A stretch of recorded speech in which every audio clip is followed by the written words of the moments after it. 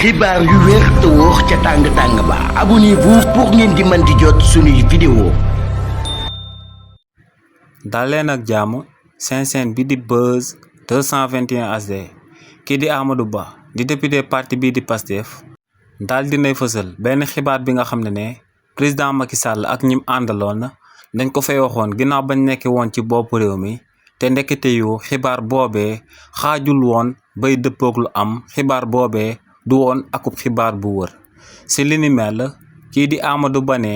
ginnaaw bañ daan waat élection présidentielle 2024 ñu génn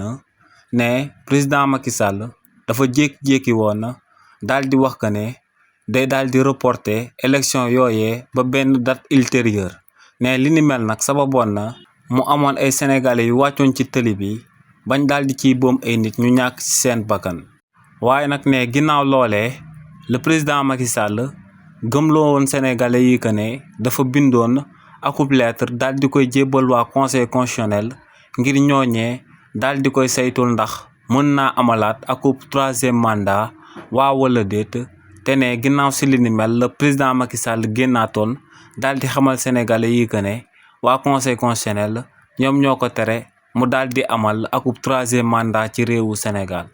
waaye ne moom mi nga xam ne moom mooy Amadou Ba di député parti bii di Pastef dafa bindoon waa conseil constitutionnel di leerlu jëmale ko si ndax kookee di président Macky Sall bindoon na leen akub bataaxal di sàkku ci ñoom ñu daal di koy may mu daal di amal akub troisième mandat waa wala déet waaye ne waa conseil constitutionnel daal di nañ koy xamal que ne président Macky Sall ginnaaw ba mu daan nekk ci bopp réew mi musul woon leen naa bind akub lettre daal di leen di laaj seen xalaat ndax mun naa amal troisième mandat ci réewu Sénégal donc ne kon président Macky Sall lenn rek moom moo sababoon mu renoncé woon ne du fi daal di amal akub troisième candidature te moom mooy pression internationale bi nga xam ne ñoo ngi ko doon teg ci kawam waaye tamit akub pression nationale bi nga xam ne